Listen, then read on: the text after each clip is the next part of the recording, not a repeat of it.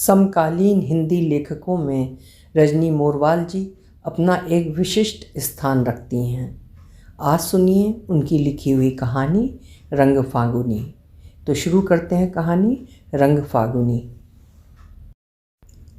पिछले दिन के बिखरे पड़े रंगों को उमा ने यूं देखा जैसे कोई और उसे उन रंगों को ताकते देख लेता तो शायद धप्पो कहते हुए आउट कर देता और आई स्पाई के इस खेल में वो फिर से बाजी हार जाती, जैसा कि बचपन में हर बार उसके साथ होता था।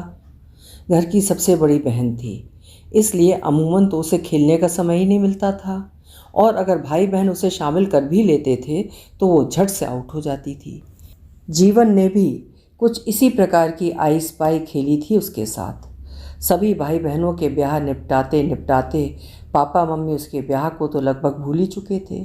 उमा की सरकारी नौकरी ने उन सबको शायद इसलिए भी आश्वस्त कर दिया था कि उम्र निकल गई भी तो क्या वो सरकारी नौकरी के बहाने अपना एकाकी जीवन काट ही लेगी। उमा ने अपने मन की कभी सुनी ही नहीं थी, या ये भी कह सकते हैं कि मन और तन के आगे उसका मस्तिष्क हमेशा जीतता आया था। पापा मम्मी जब से आसमान के सितारे बने हैं वो हर शाम बगीचे की उदास बेंच पर आ बैठती है।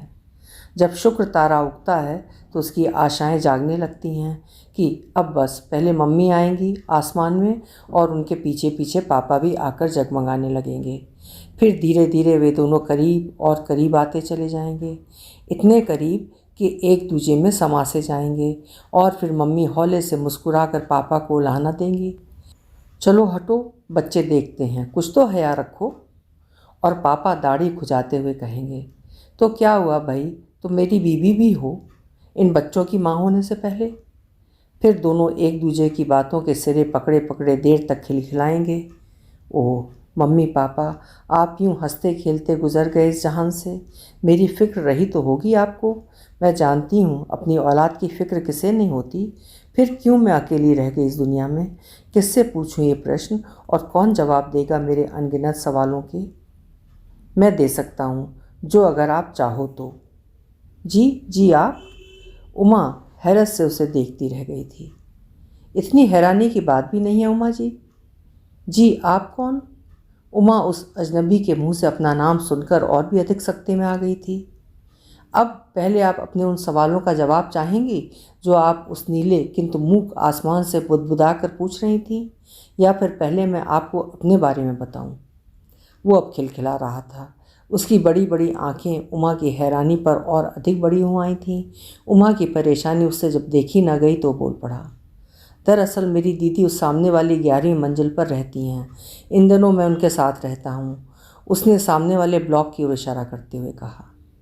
आपको अधिकतर इसी तरह गुमसुम बैठे देखता रहता हूँ तो उत्सुकतावश मैंने दीदी से आपके बारे में सब कुछ जान लिया। ओह, तो जासूसी करके आए हैं आप? नहीं, ऐसा भी कुछ नहीं है आपके जीवन में कि जासूसी करने में कोई खास दिमाग खर्च करना पड़ा हो मुझे। वो अभी मुस्कुराए जा रहा था। उमा की खिसियाहट देखकर उसने इशारे से वहाँ बैठने की परमिशन मांगी थी, लेकिन उमा के कुछ कहने से पूर्व ही वो उस बेंच पर बैठ चुका था। आपकी ज़िंदगी बिल्कुल सीधी सादी है, ना कोई घुमाव ना कोई मोड़, बस एक सीधी राह है जिस पर आप चली जा रही हैं। सच कहा आपने। उमा मनी मन बुदबुदा कर अपने ख्यालों में डूब चुकी थी। सच ही तो कह रहा है ये अजनबी। आखिर ऐसा है ही क्या उसकी ज़िंदगी में जो किसी को समझने में मशक्क़त करनी पड़े। एक अकेली औरत की दुनिया होती ही कितनी बड़ी है। घर से ऑफिस और ऑफिस से घर, बाकी समय में खाना पकाना या अपने विचारों में खोए खोए दिन गुजार देना। दरअसल उस रोज़ उमा को समझ आया था कि बचपन में उनके मोहल्ले में जो डॉक्टर साहब थे वे अक्सर अकेले अकेले क्यों बड़बड़ाते रहते थे। एकाकीपन एक लाइलाज मर्ज बन जाता है। ये बीमारी होती है बेटा, यूँ किसी पर हंसते नहीं हैं, पापा ने समझाया था उसे। उमा ने पापा का कहा कब टाला था, सो उसने डॉक्टर साहब को देखकर हंसना छोड़ दिया था, बल्कि एक आध बार उनसे बात करने की कोशिश भी की थी। नमस्ते अंकल जी, मैं डॉक्टर हूँ, समझी नन्ही बच्ची। आप अकेले अकेले क्यों बात करते हैं? नहीं तो क्या तुम्हें भी ऐसा लगता है? मेरे घर वाले भी यही कहते हैं। हाँ, आप दिन में कई कई दफ़े उस चौराहे से इस चौराहे के बीच घूमते हुए न जाने क्या क्या बड़बड़ाते रहते हैं। लेकिन मैं तो हमेशा अपने मरीजों से घिरा रहता हूँ, वे मुझे छोड़ते ही नहीं। जब वॉक पर निकल आता हूँ तो मेरे पीछे पीछे चले आते हैं। मैं कितना थक जाता हूँ, पर यह है कि मानते ही नहीं। ऐसा कहकर उन्होंने अपने चारों तरफ देखा, मानो उनके इर्द गिर्द कई सारे लोग खड़े उन्हें घेरे हों। यहाँ तो कोई नहीं है। हैं तो ये देखो, ये सब मेरे रिश्तेदार हैं और मेरी जायदाद हड़पना चाहते हैं। उन्होंने उमा के कान में कुछ यूं फुसफुसाते हुए कहा था, जैसे वहाँ खड़े अदृश्य लोग उनकी बातें सुन रहे हों। अच्छा, चलिए कोई बात नहीं, आप हमारे घर आकर मेरे पापा से बात कर लिया कीजिए। नहीं नहीं, वे तो बड़े अजीब शख्स हैं। एक रोज़ मुझे कह रहे थे कि मुझे मनोविकलता की बीमारी है। तुम ही बताओ, क्या तुम्हें लगता है कि मैं विखंडित मानसिकता का रोगी हूँ? मैं डॉक्टर हूँ और मुझे ही नहीं पता होगा। उन्होंने उमा के कान में धीरे से फुसफुसा कर कहा, मानो कोई और भी वहाँ मौजूद हो और वे उनसे छुपकर ये सारी बातें कर रहे हों। उमा ने इस बाबत घर आकर पापा से पूछा था, किंतु पापा ने बताया कि कभी डॉक्टर साहब से बात की ही नहीं थी। पापा ने ये ज़रूर बताया था कि अकेले रह रहकर डॉक्टर साहब का व्यवहार कुछ असामान्य हो गया है और उन्हें बड़बड़ाने की बीमारी लग गई है। न बीवी न बच्चा, अब अकेले इंसान का यही हाल होता है। समय पर घर बसाया होता तो आज ये दिन नहीं देखने पड़ते। मम्मी ने एक वाक्य की समरी में अपना कंक्लूज़न दे दिया था। उस वाक्य का बेवक्त स्मृति से निकलकर यकायक बाहर कूद पड़ना उमा को भयभीत कर गया था। उमा को अचानक डर लगने लगा था अपने एकाकीपन से। कुछ दिनों से वो भी अपने आप से ही प्रश्न करने लगी है। कभी मम्मी पापा को आसमान के दो सबसे खूबसूरत चमकते सितारे मानकर बातें करना तो अब हर ढलती संध्या में उसका प्रिय शगल बन चुका था। घर वाले उसकी मजाक भी बनाते थे, पर उमा को अटल विश्वास था कि जो धरती से मुक्त हो जाते हैं वो आसमान के सितारे बन जाते हैं। भाई ने हंसते हुए कहा था एक रोज़, ऐसा कुछ नहीं होता दीदी, आप तो शिक्षिका हो, खगोल शास्त्र पढ़ा ना हो, किंतु समझती तो हो। जो चले जाते हैं तो वे बस चले जाते हैं। अरे नहीं रे, बल्कि जब जब कोई सितारा टूटता है तब तक कोई पुनः आत्मा में तब्दील होने धरती का रुख करता है।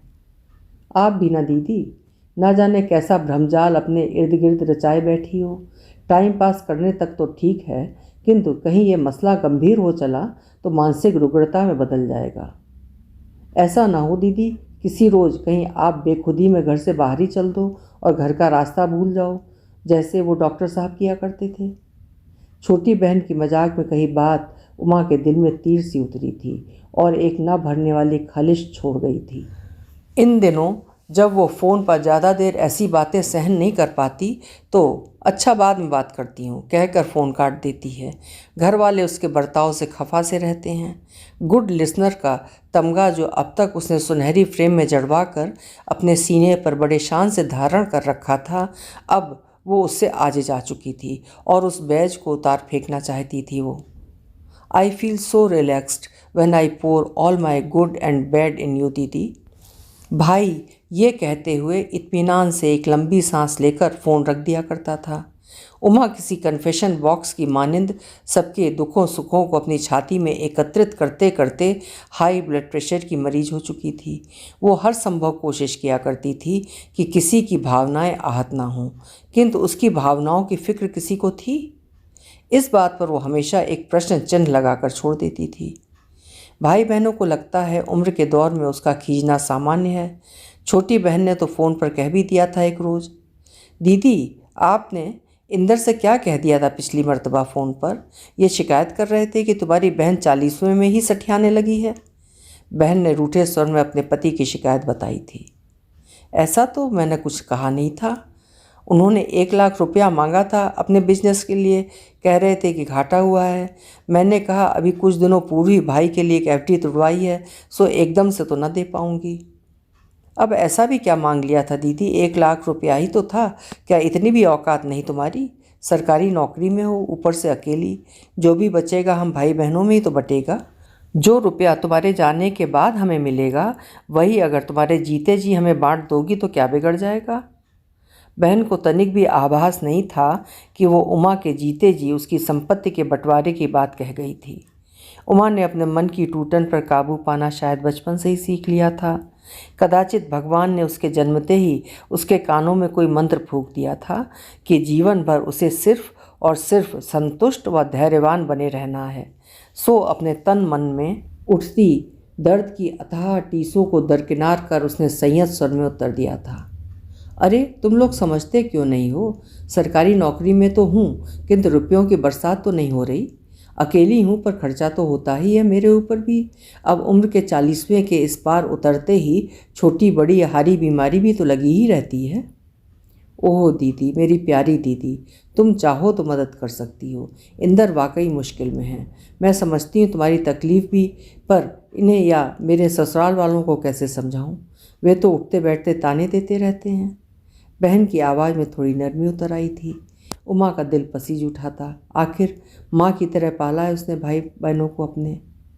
मैं कुछ करती हूँ, कुछ दिनों की मोहलत तो दो मुझे, उमा ने उसे ढांढस बधाया। ओ मेरी अच्छी दीदी, मुझे पता है तुम कुछ ना कुछ रास्ता ढूंढ ही लोगी। अच्छा अपना ध्यान रखना, फ़ोन रखती हूँ। बच्चे भी स्कूल से लौटने वाले हैं। और हाँ, एक बात और याद आई कि तुम खुद से घर का काम क्यों नहीं करती? हाथ पैर चलते रहेंगे तो व्यायाम बना रहेगा और साथ में तबीयत भी संभली रहेगी। ऊपर से काम वाली की तनख्वाह बचेगी सो अलग। बहन के फ़ोन रखने के काफ़ी देर बाद तक उमा इसी कश्मकश में डूबती उतरती रही थी कि ये वही बहन थी जिसे उसने गोद में खिलाया था, जिसका हर दुख सुख अपनी छाती में दबाए वो इस उम्र तक चली आई थी। जमाना प्रायोगिक हो चुका है, ये तो उमा बखूबी जानती थी, किंतु इस कदर यथार्थवादी भी हो चुका है, इस बात से वो बिल्कुल अनभिज्ञ थी। इन दिनों स्कूल में भी उमा का मन इसी उधेड़बुन में लगा रहता कि रुपयों का इंतज़ाम कैसे करे। अकेले में न जाने कितनी मर्तबा अपना वेतन कैलकुलेट करती, फिर बैंक खाते में से कुछ जोड़ती घटाती है, तो कभी गुणा भाग करके कुछ कुल योग जमा का हिसाब किताब लगाती रहती है। उसकी सहकर्मी चुहलबाजियाँ करती, उमा पगला गई हो? किस ख्यालों में गुम रहती हो? ना ना, ऐसी तो कोई बात नहीं, बस परेशान हूँ इधर कुछ। समय पर ब्याह कर लेती तो कोई बातचीत करने वाला तो मिल जाता, यूँ अकेले में न बड़बड़ाती तुम। उमा सकते में आ गई थी। उमा की स्मृति में डॉक्टर साहब की मनस्थिति व विचलन किसी फिल्म की रील की भांति घूम जाती है। हे भगवान, कहीं वो सचमुच ही किसी बीमारी की चपेट में तो नहीं आ गई? अरे नहीं, ऐसा कुछ नहीं, वो बस कुछ परेशान है। जैसे ही इस उलझन से निकलेगी वैसे ही सब कुछ सामान्य हो जाएगा। शाम ढले इन्हीं ख्यालों से जद्दोजहद करती वो उस बेंच पर आ बैठी थी और मानव से उसका मिलना हुआ था। आप रोती भी हैं? नहीं, कभी नहीं। मैं क्यों रोऊंगी भला? कितना भी सशक्त मनुष्य हो, किंतु एक ना एक दिन हालात उसे कमज़ोर बना ही देते हैं। जमाने के समक्ष वो इस बात की स्वीकारोक्ति न करे चाहे, परंतु कभी ना कभी हर मनुष्य मन की इस टूटन से गुजरता ही है। उमा रोकने के लाख यत्न के बाद भी उमा की आंखों से कुछ आंसू बरबस बह ही निकले थे। वह हवा के साथ उड़कर उसकी साड़ी के पल्लू पर छितरा गए थे। उसने अपनी आंखों को पोंछा नहीं था, बल्कि उसी अवस्था में सिर झुकाए मौन बैठी रही थी। क्या हुआ? ये कीमती मोती किस दुश्मन के नाम पर जाया कर डाले आपने? जी कुछ नहीं, मैं रोती नहीं हूँ। एक नौकरी पेशा और पकी उम्र की स्त्री से यूं टूटने की उम्मीद नहीं की जा सकती है ना। रो लेने से आप कमज़ोर नहीं कहलाएंगी, बल्कि मैं तो कहूँगा ये क्रिया उतनी ही प्राकृतिक है जितनी इन फूलों पर रात भर बरसी ये ओस की बूंदें, जो सुबह तक चांदनी से धुलकर इतनी पारदर्शी होकर जगमगाती हैं कि हथेली पर संजो लो तो इनमें से झांक कर हथेली की रेखाएं तक पढ़ ले कोई। आप तो दार्शनिक जैसी बातें करते हैं। उमा मुस्कुरा उठी थी। अभी अभी जहन से सीधा प्रसारण हुआ है। मैंने अब से पूर्व ये पंक्तियाँ ना कहीं पढ़ी हैं ना सुनी हैं। चाहें तो उस चांद से पूछ लीजिए। वो मूकदर्शी है बेचारा, मेरी तरह, ना कुछ कहता है ना सुनता है, मगर फिर भी है तो बहुत खूबसूरत। ये मात्र नज़रों का धोखा है। चलिए माना कि ये महज खूबसूरत धोखा ही सही, मगर फिर भी जमाने ने उसकी शान में क्या क्या कसीदे नहीं पढ़े। वे कोरी कल्पनाएं हैं, कवियों की गढ़ी उपमाएं, जिनका वास्तविकता से कोई लेना देना नहीं होता। होता है यदि व्यक्ति प्रेम में हो। सो कैसे? प्रेम में होने से यही चांद प्रेमिका के चेहरे में तब्दील हो जाता है, तो कभी सुदूर बैठे दो प्रेमी एक ही वक्त में इसे ताक कर दिल और दिमाग में उठते जज्बातों से तारतम्य स्थापित करते हैं। ये उन दिनों की बातें हैं जब यह झुंझुना मौजूद नहीं था। उमा ने मोबाइल को इंगित करते हुए कहा था। हाँ, इसी बेतार के तार ने सारे इमोशंस की बाट लगा रखी है। माने ये मानव ने मोबाइल दिखाते हुए कहा था, जिस पर फ्लैश हो रहा था दीदी कॉलिंग, और वे दोनों ठठाकर हंस पड़े थे। एक मिनट, दीदी को पता चला कि मैं आपको पका रहा था तो गुस्सा करेंगी। बड़ी फ़ैन है आपकी भाई। हेलो। वो अपनी बहन से बातें करने में मशगूल हो गया था। गर्मी के बहुत बड़े और बेहद तपते हुए दिन के बाद उमा बाहर निकल आई थी।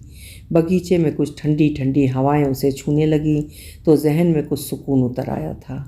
पेड़ पौधे हवा के साथ टप टप करते हुए सेमल के कुछ फूल उस बेंच के आसपास भी टपकने लगे थे, जिस पर उमा लगभग हर रोज़ बैठा करती थी।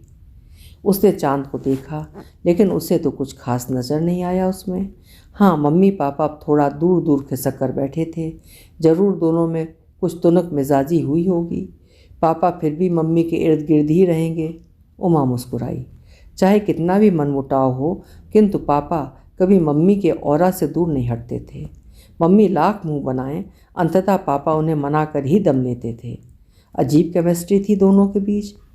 पापा कहा करते थे, तेरी माँ और मेरे बीच के इसी रसायन शास्त्र की उत्पत्ति के बाद की खूबसूरत निशानी हो तुम तीनों।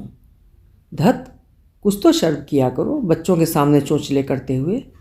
इन लोगों ने विज्ञान पढ़ी है, ये जानते हैं रस प्लस अयन बराबर रसायन ही इस धरती पर जीवन की उत्पत्ति का मूल कारक है।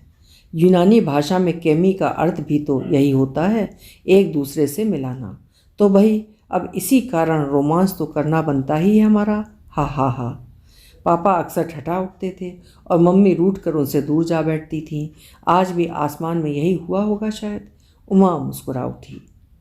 शुक्र है आप मुस्कुराना तो जानती हैं। हाँ, मैं अक्सर उन्हें देखकर बातें करती हूँ। उमा ने आसमान की ओर इशारा किया।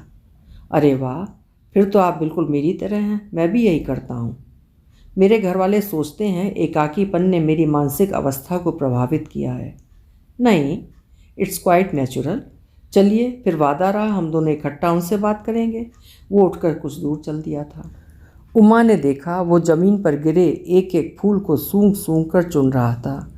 कुछ देर बाद उसने बेंच पर ढेर सारे फूल इकट्ठा कर लिए थे। उमा ने पहली मर्तबा उसे गौर से देखा। सलीके से संवरे बाल, मगर सूख कर कड़क से, मानो बरसों से उसमें तेल की एक बूंद भी न डाली गई हो। Typical new generation boy. जी, आपने कुछ कहा? नहीं। तुम क्या मन की बात भी सुन लेते हो मिस्टर जासूस? एक्सक्यूज़ मी, मेरा नाम मानव है और मैंने बताया कि मैंने आपकी जासूसी नहीं की। आपने मेरी दीदी को पहचाना नहीं शायद। नहीं, कौन है? उमा को उत्सुकता जगने लगी थी। वे आप ही के कॉलेज में तो पढ़ाती हैं। कुसुम नाम है उनका। अरे, तो तुम कुसुम के भाई हो तो ऐसा कहते ना। इतना घुमा फिरा कर बात बनाने की क्या ज़रूरत थी? मैं कुसुम दीदी से शर्त लगा कर आया था कि आपको हैरान करके ही रहूँगा। उनका मानना है कि आप इतनी गंभीर हैं कि कभी किसी बात से विचलित नहीं होती, लेकिन मैं जीत गया। देखिए, आप डर गई थी, अब मान भी लीजिए। उमा उसने बताया कि हाल ही में उसका ट्रांसफ़र इस शहर में हुआ है और कुछ दिनों के लिए वो अपनी बहन कुसुम के साथ रहेगा, फिर ऑफिस क्वार्टर्स मिलते ही अपनी कंपनी की कॉलोनी में शिफ्ट कर जाएगा। कुसुम तो उमा को पहचानती थी। बड़ी ज़हीन और सुलझे विचारों वाली लड़की लगी थी उसे वो पहली मुलाकात में। कुसुम की हाल ही में उनके कॉलेज में केमिस्ट्री प्रोफेसर के पद पर नियुक्ति हुई थी। उमा को याद है जब बॉटनी की प्रोफेसर मिसेस प्रज्ञा ने कुछ इस अंदाज में उसका इंट्रो दिया था।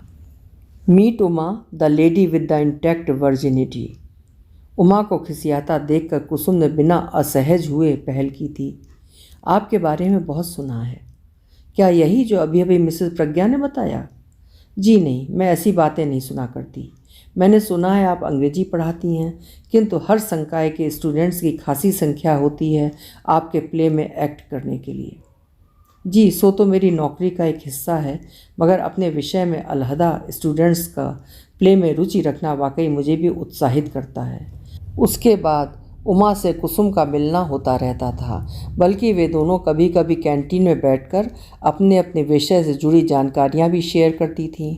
उम्र के फासले के बावजूद उन दोनों में अच्छी मित्रता हो गई थी। कभी कभी वे दोनों ही अपने अपने कार्यों में व्यस्त हो जाती थीं, तो फ़ोन से एक दूसरे के हालचाल जान लिया करती थीं। कुसुम ने कई मर्तबा उमा को अपने घर आने का न्योता भी दिया था, किंतु उमा वाकिफ़ थी कि कुसुम पर नौकरी के साथ साथ घर परिवार की जिम्मेदारी भी है, सो रिश्ता कॉलेज की कॉलोनी के गेट तक का ही बना रहा था। कुसुम के कई बार इसरार के बावजूद भी उसके घर जाना नहीं हो पाया था। जाओ, तुम्हारी बहन परेशान हो रही होगी, छोटे बच्चों के साथ उसे कामकाज में परेशानी होती होगी। बेबी सिटिंग करवाएगी वो मुझसे, मैं जानता हूँ। हालांकि मुझे भी अपने भांजे भांजियों से प्यार है, बल्कि उनके प्यार में रोज़ गीला भी होता हूँ। वो हंस रहा था और उमा उसकी बातों पर हैरान थी। अच्छा, तो तुम कुसुम के भाई हो? उमा ने जैसे खुद से ही सवाल किया था। हाँ, और आप? उमा। यूँ उसके मुंह से अपना नाम सुनना उमा को भला लगा था, वरना उसके कानों में अब उमा मैडम या उमा दीदी सुनने की आदत हो चुकी थी। हालांकि वो उमा से काफ़ी छोटा रहा होगा, मगर अब ज़माना बदल रहा है। आजकल के युवा किन्हीं संबंधों से अधिक मित्रता पर भरोसा करते हैं, सो नाम लेकर पुकारने में उन्हें कोई परेशानी नहीं होती। ये क्यों बीन लाए? उमा ने सेमल के सुर्ख नारंगी फूलों की ओर इशारा करते हुए पूछा था। आपके लिए उमा। उसने सारे फूल उमा की साड़ी पर उड़ेल दिए थे। अरे अरे, ये क्या कर रहे हो? ये रंग छोड़ते हैं। रंग तो चढ़ गया, वो देखिए, आपकी सफ़ेद साड़ी पर जगह जगह से नारंगी हो चुकी है। वो बच्चे की मानिंद खिलखिला कर हंस रहा था। उफ, मैं रंगों से बचती हूँ। मगर अब आप फागुनी हो चुकी हैं उमा। कुसुम दीदी ने बताया था कि आपको सिर्फ सफ़ेद रंग ही पसंद है। क्यों भाई? अरे, मुझे ये मजाक पसंद नहीं। उमा ने सारे फूल बटोर कर बेंच पर रख दिए, किंतु एक सुर्ख फागुनी रंग था जो उसकी सफ़ेद साड़ी पर जिद्दी बना बिखर गया था। उधर मानो फिर नए फूल बटोरने चल दिया था। फागुन आया, वन उपवन पर यौवन छाया, धरती पर बिखरी है देखो यौवन की सिंदूरी काया। वो फूलों भरी अपनी हथेली उमा की ओर बढ़ाता हुआ बुदबुदाने लगा था। पागल लड़के, उमा को हंसी आ गई थी।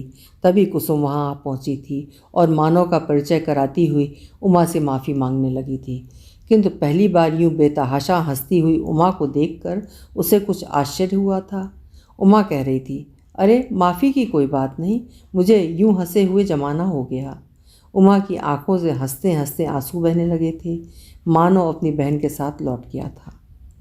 उमा घर लौटते समय सभी फूल अपनी झोली में भर लाई थी। घर आकर उसने फूलों को पानी भरे कांच के जार में सजा दिया था। अमूमन उमा अपनी साड़ियाँ ड्राई क्लीनिंग करवाती थी, किंतु उस साड़ी को उसने वैसे ही तह करके अलमारी में संजो दिया था। क्यों? इस प्रश्न का जवाब उसके पास भी नहीं था। कुछ अनूठा सा तो हुआ था उस रोज़। फिर हर सुबह कॉलेज के लिए साड़ी निकालते वक्त उस एक साड़ी को देखकर उसकी गंभीरता भी अनायास मुस्कुरा उठती थी। परिपक्व हो चले तन मन में उमा को कभी ये फीलिंग्स निहायत बचकाना लगती, तो कभी किसी खुशनुमा राज की मानिंद मीठी सी चहक। उमा ने स्वयं को रोका था। उसे अचरज हुआ था स्वयं पर। बरसों से उसकी देह में एहसास कुछ इस तरह से जम गए थे, मानो वो फॉर्सेट नदी की मानिंद ज़मींदोज़ होकर रह गई हो, जिसकी सतह पर पूरे उत्तरी आयरलैंड की राजधानी बेलफास्ट बस गई, किंतु निवासियों को एहसास तक नहीं कि उनके कदमों तले कोई नदी खामोशी से अब भी तरल है। सतह की खामोशी से भीतरी परतों में होने वाले झंझावातों का अंदाज़ा लगाना शायद इसीलिए मुश्किल होता है। इंसानी फितरत है कि वो जो देखता है सिर्फ उसी पर यकीन करने लगता है। छुट्टियों का आगाज़ हो चुका था। कॉलेज बंद होने के आखिरी दिन उसने किसी तरह 1 लाख का बंदोबस्त करके छोटी बहन को भिजवा दिया था। 3-4 बार फ़ोन करने पर भी जब बहन ने फ़ोन नहीं उठाया था तो उसने मैसेज लिख भेजा था। वो समझ रही थी कि बहन नाराज़ होगी, शायद इसीलिए ना वो फ़ोन उठा रही है और ना ही कई दिनों से उसका कोई फ़ोन आया है। हाँ, मगर मैसेज देखते ही उधर से तुरंत फ़ोन आया था। बहन की चहकती आवाज़ से ही उमा ने अंदाज़ा लगा लिया कि रिश्तों के बिगड़ते समीकरण को अर्थ के मिश्रण में घोलकर उसने बिगड़ने से बचा लिया था। किंतु आखिर कब तक? ओह दीदी, मुझे पता था तुम सब कुछ कर सकती हो। इंदर आपकी तारीफ करते नहीं अघा रहे थे और मेरे ससुराल वाले तो तुम्हें देवी मानने लगे हैं। ऐसा कुछ नहीं है, उनसे कहो मुझे मानवी ही रहने दें। और हाँ, इंदर से कहना जब उसका हाथ खुले तो पैसा थोड़ा थोड़ा करके लौटा दें। क्यों दीदी, तुम क्या करोगी रुपयों का? आखिर हमें ही तो मिलेगा सब कुछ। ये तुमने कैसे निर्णय ले लिया? मैंने तुम्हारे बुरे वक्त में मदद की है, इस पैसे का मैं क्या करूँगी क्या नहीं, ये पूर्णतया मेरा निर्णय होगा। तुम सब लोग समर्थ हो अपना जीवन जीने में। मैं इन रुपयों को किसी ज़रूरतमंद या एनजीओ या अनाथाश्रम को दान कर सकती हूँ। मदद को अपनी मेहनत से पाटो तो ये दिन दोबारा नहीं देखने पड़ेंगे। ठीक है दीदी, मैं इंदर तक तुम्हारा संदेश पहुँचा दूँगी।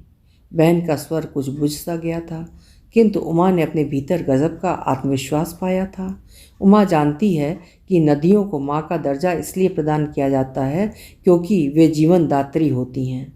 बहन से रुपए वापस लेने की बात उसने सिर्फ उसे अपनी जिम्मेदारियों से अवगत करवाने के लिए की थी, जबकि उमा जानती थी कि वो ऐसा कभी नहीं कर पाएगी। उसके भीतर रिश्तों के प्रति तरलता अभी भी बाकी थी। हालांकि अगले रोज़ भाई के फ़ोन ने उसे एहसास दिला दिया था कि उसका अप्रत्यक्ष संदेश प्रसारित होकर अपना असर दिखा चुका है। छुट्टियों पर उमा के पास किताबें पढ़ने और टीवी देखने के सिवाय कुछ खास होता नहीं था। उसने अगले कुछ दिनों तक अपने आप को जबरन बगीचे में जाने से रोका था। शाम ढले बाहर लॉन में लगे झूले पर बैठकर गज़लें सुनना व पौधों को संवारना उसे प्रिय था। कितनी नई कलियों ने मुस्कानें बिखराईं या कितने फूलों ने अपनी सुगंधों से वातावरण को सुवासित किया, अथवा कोई फूल मुरझाया तो उसमें कितनी भव्यता बची रही। डूबते सूरज में उदय होने के वक्त की सी कितनी ललाई बची रही। कोने में लिली की गांठें उसके सब्र का कितना इम्तिहान लेंगी। पूरे बरस के इंतज़ार के साथ सहेजना पड़ता है, तब जाकर और फूल खिलते हैं। कोई उन गांठों की शिराओं से होते हुए अचानक किसी दिन उसे भौचक्का कर देते हैं। उमा कह उठती है, वाह, फूल खिल उठा। आप कब तक इन मूक प्राणियों से गुफ्तगू कीजिएगा उमा? अपने ठीक पीछे मानव को खड़ा पाकर वो चौंक पड़ी थी। अरे आप? हाँ, अब मैं दफ्तर के क्वार्टर्स में शिफ्ट हो रहा हूँ, तो सोचा कि जाने से पूर्व आपके हाथ की एक चाय पी लूँ। आप कई दिनों से दिखी नहीं, तो सोचा आप शायद नाराज़ हैं मुझसे। दरअसल मैं आपसे उस रोज़ की हरकत के लिए माफ़ी मांगना चाहता हूँ। कुसुम दीदी ने बताया कि आपको गंभीरता पसंद है और मैं कुछ अधिक ही खिलंदड़ किस्म का हूँ। ऐसा नहीं कि मैं जीवन को गंभीरता से नहीं लेता, वरना ये जॉब वगैरह कैसे हासिल होता। बस हर वक्त की गंभीरता ओढ़े नहीं रह सकता। आप ना जाने कैसे हर वक्त की इस मुर्दनी को झेल लेती हैं। अरे, इसमें माफ़ी की क्या बात है? तुम अपनी उम्र से हो बस, और इसमें किसे ऐतराज़ हो सकता है? उम्र तो ऐसी कोई खास आप पर से भी नहीं गुजरी है। फिर किस ग्रंथ में लिखा है कि उम्र के साथ व्यक्ति को कैसा जीवन जीना चाहिए? वरन इसके उलट हर ग्रंथ में यही उपदेश होता है कि जीवन को प्रसन्नता व खुशी से जीना चाहिए। हर व्यक्ति भिन्न प्रकृति के साथ जन्मता है और उसके व्यवहार पर कुछ प्रभाव जीवन के खट्टे मीठे अनुभवों का भी पड़ता है। इन होल एक व्यक्ति का अस्तित्व अपने जन्मजात गुणों के साथ साथ जीवन के अनुभवों से मिलकर ही कंप्लीट बनता है। मैं हारा प्रोफेसर साहिबा। अब ये बताइए, चाय तो पीती होंगी आप? वैसे मैं खुद भी बना सकता हूँ अगर आप चाहें तो। मानव ने हाथ जोड़ने की मुद्रा में सिर झुकाकर कहा था, जिस पर दोनों हंस पड़े थे। मानव उसके पास ही झूले पर बैठ गया था। उमा चाय की 2 प्यालियों के साथ ट्रे में कुछ नाश्ता भी ले आई थी। तो तुम जा रहे हो? उमा ने बात को आगे बढ़ाने की गरज से पूछा था। हाँ, क्या ना जाऊं? मानव ठठा पड़ा था। कोई किसी के कहने से रुकता नहीं। व्यक्ति तो वक्त की भांति होता है। जिस तरह वक्त का गुजरना जीवन की नियति होती है, ठीक उसी प्रकार व्यक्ति को भी वक्त की नब्ज पकड़कर सतत चलायमान रहना चाहिए। थमा नहीं कि जीवन भी थम कर रह जाता है। कभी कभी थमने से जीवन खुशनुमा भी हो सकता है। मानव इतने धीमे स्वर में बुदबुदाया था कि उमा को लगा मानो वो लिपसिंग कर रहा हो। मानव वाकई चला गया था। झूले के जिस हिस्से में मानव कुछ देर पहले बैठा था, वहाँ उसके होने का एहसास बाकी छूट गया था। उसके जाते ही बरामदे से लेकर घर के भीतर तक एक स्याह उदासी बिखर गई थी। घर की सारी बत्तियां रोशन करने के बावजूद भी उजाले की परियां अपने पंखों को न पसारने की जिद पर अड़ी बैठी थीं। बोझिल सन्नाटे में झींगुर की चिकी बिकी शुरू होने के पश्चात हल्की हल्की सिरहनों ने जब हवा के कांधों तक दस्तक देना प्रारंभ किया तो उमा थके कदमों से घर के भीतर दाखिल हुई। पलकों का भारीपन उस रात उमा की नींद के आगे हार चुका था। क्या तो था जो उस घर को रिक्त कर गया था उस रोज। 4 दीवारों से घिरा वो मकान न जाने क्यों पहली बार उमा को इतना अजनबी व वीरान मालूम पड़ रहा था। उसने दराज से निकालकर 2 स्लीपिंग पिल्स 1 गिलास पानी के साथ गटक ली थी और तकिए की कोर थामे बेसुध हुई जाती सांसों की आवाजाही महसूसने लगी थी। छत से लटका पंखा घूमते घूमते उसकी आंखों से जब तक ओझल हुआ वो अनमनी सी नींद के पहलू से जा लगी थी। सुबह काम वाली ने देर तक दरवाज़ा खटखटाकर परेशानी में उसके कमरे की खिड़कियां पीटना शुरू किया, तब जाकर हड़बड़ाहट में उमा नंगे पैर दरवाजे की तरफ दौड़ी। काम वाली ने घबराते हुए उसे ऊपर से नीचे तक निहारा था और उसके पैरों में स्लीपर न पाकर हैरानी से आंखों ही आंखों में एक प्रश्न उसकी ओर उछाल दिया था। वो मुझे रात बड़ी देर तक नींद नहीं आई और सुबह के पिछले पहर जब नींद आई तो बस सोती ही रह गई।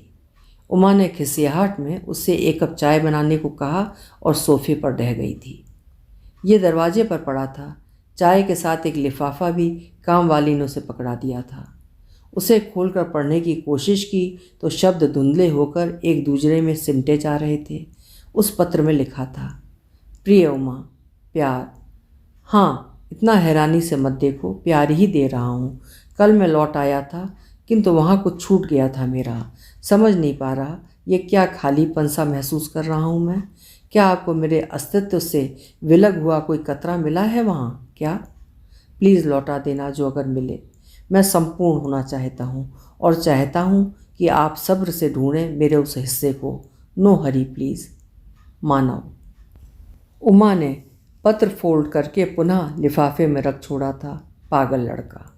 दोनों पैर सोफे पर समेटकर उमा मुस्कुराती हुई चाय पीने लगी थी। उमा इस घटना को मानव का लड़कपन समझकर लगभग भूल चुकी थी। एक शाम दरवाजे पर दस्तक हुई तो उमा ने देखा कुसुम खड़ी थी। मानव की जिद पर कुसुम कुछ दिनों बाद उमा के पास ब्याह का प्रस्ताव लाई थी। उमा के लाख मना करने पर भी मानव ने जिद पकड़ रखी थी। उसका कहना था, उम्र 2 व्यक्तियों के मन का भ्रम है, असल बात तो 2 इंसानों के बीच आपसी समझ की होती है। कुसुम ने उमा को मनाने की लाख कोशिश की थी। आप ऐसी भी कोई बड़ी नहीं है मानव से। यदि वर कई कई वर्षों बड़ा हो सकता है तो वधू भी वर्ष से बड़ी क्यों नहीं हो सकती? उमा के मानसिक द्वंद्व का उसके भाई बहनों ने समर्थन किया था। दुनिया के तानों का वास्ता देकर उसे रोकने की हर संभव कोशिश की थी। इस उम्र में शादी की आवश्यकता ही क्या है? अच्छा कमा रही हो, अपनी मर्जी से जी रही हो, अब भला किसी के साथ निभा पाओगी? भाई ने तर्क दिया था। हाँ, हमें देखो, कच्ची उम्र में ससुराल से निभा कर रहे हैं, फिर भी कोई ना कोई कमी रह ही जाती है। बात इतनी आसान नहीं है। फिर सामने वाला औलाद भी चाहेगा कि नहीं? अब क्या हो पाएगा तुमसे? क्या पता कुछ महीनों में उसका मन पलट जाए और उसे अपनी गलती पर पछतावा हो। वो अगर छोड़ देगा फिर पता चला न घर की रही न घाट की, न ब्याहता न कुंवारी। बहन ने अपने अनुभवों का हवाला देते हुए उमा को समझाया था। उमा ने सबकी बात का समर्थन किया था। वो भी एकाकी पहन के अपने निर्णय पर अडिग थी। कुछ दिनों में भाई बहन सब आश्वस्त होकर अपने अपने घर लौट चुके थे। गेट के बाहर जाकर इंदर वापस लौट आया था। उमा को लगा वो कुछ सामान भूल गया था शायद। कुछ रह गया क्या इंदर? हाँ दीदी, ये 1 लाख रुपए जो आपने मुझे मदद के तौर पर दिया था वो संभालिए। उस सीख का शुक्रिया कि मदद पर हक जमाने के बजाय मेहनत पर गौर करना चाहिए। उस रोज़ आपकी छोटी बहन ने आपकी कई बातें मुझे बताई थीं। दरअसल उसी दिन से मैंने अपने आप को मेहनत में झोंक दिया था। उसी का नतीजा ये रहा कि मेरा व्यवसाय हानि से निकलकर लाभ की अवस्था में आ खड़ा हुआ है। जीते रहो इंदर। उमा की आंखों में खुशी के आंसू थे। हाँ, एक बात और है, आप वही कीजिए जो आपको मुनासिब लगे। यकीन मानिए, आप मुझे अपने हर निर्णय में अपने साथ खड़ा पाएंगी। इन सबको मैं समझा लूँगा। मैं हीरे जवाहरात का व्यापारी हूँ और यहाँ आने से पूर्व मानव से मिलकर आ रहा हूँ। एक बात दावे के साथ कह रहा हूँ कि ये मानव हीरे जैसा पारदर्शी और बेशकीमती लड़का है। उसके मन में आपके लिए आदर तो है ही, किंतु प्यार भी उसका बिल्कुल खरे सोने सा है। क्या कह रहे हो इंदर? मैं इस उम्र में ये सब? कुछ मत कहिए। जब जुबान शब्दों का साथ ना दे तो व्यक्ति को समझ जाना चाहिए कि दिमाग और दिल के द्वंद्व में दिमाग हार रहा है और उसे सिर झुकाकर दिल का कहा मान लेना चाहिए। उमा को हैरत हुई थी उसके नज़रिए पर। जो बात उसके सगे भाई बहन ने नहीं समझी, इंदर ने कितनी आसानी से स्वीकार कर ली थी। अपने निर्णय पर वो क्या सोचेगी इस बात का वादा तो उसने नहीं किया था, किंतु अपने निर्णय पर एक बारगी पुनः गंभीरता से विचार करने का वादा उसने इंदर से जरूर कर लिया था। उस शाम अंधेरे में आसमान में फिर मम्मी पापा तारे बनकर जगमगाए थे। वे उस रोज़ उमा की ओर देखकर कुछ अधिक खुलकर मुस्कुराए थे। बेहद अकेली और उदास बेंच के आसपास ठंडी हवाओं के साथ टपके सेमल के फूलों को देखकर उमा ने एक ठंडी सांस भरी थी। हैप्पी होली उमा। तभी एक फागुनी रंग खुलकर मुस्कुराया था। अरे तुम? मानव ने यकायक पीछे से आकर ढेर से फागुनी सुर्ख फूल उस पर उड़ेल दिए थे। उसकी सफ़ेद साड़ी पुनः फागुनी हो चुकी थी और साथ ही उमा का तन मन भी। तो तुम अडिग हो? हाँ, हमेशा की तरह। मानव ने उमा की ओर हाथ बढ़ाया था जिसे उमा ने थाम लिया था। हैप्पी होली मानव। उस दिन जो हिस्सा तुमसे विलग होकर यहीं छूट गया था वो मैंने पा लिया है। क्या तुम्हें लौटा दूँ? नहीं, उसे आप रखिए और आपका हिस्सा जो मैं अपने साथ ले गया था उसे मैं रख लेता हूँ, हिसाब बराबर। और दुनिया? हमारी दुनिया हमसे है, दुनिया से हम नहीं हैं। उम्र? उमा ने सबसे अहम सवाल पूछा था जिसका उत्तर उससे समाज हर कदम पर मांगेगा। महज दिमागी बातें हैं। अनुभव में आप बड़ी हो सकती हैं, किंतु प्यार में हम बराबर रहेंगे। मैं जल्दी बुढ़ा जाऊंगी। मेरी ऊर्जा से आप रोशन रहेंगी और आपके अनुभवों से मैं। तो चलें? वे दोनों बगीचे से उठकर अगले दिन के लिए पकवान खरीदने बाजार की ओर चल दिए थे। उस बार होली के रंग उमा पर ऐसे खुलकर बरसे थे कि उसका एकाकीपन धुलकर सुर्ख हो चुका था। अभी आप सुन रहे थे रजनी मोरवाल जी की लिखी हुई एक खूबसूरत कहानी रंग फागुनी। उम्मीद है आपको ज़रूर पसंद आई होगी। कल फिर मिलेंगे। आपका समय शुभ हो।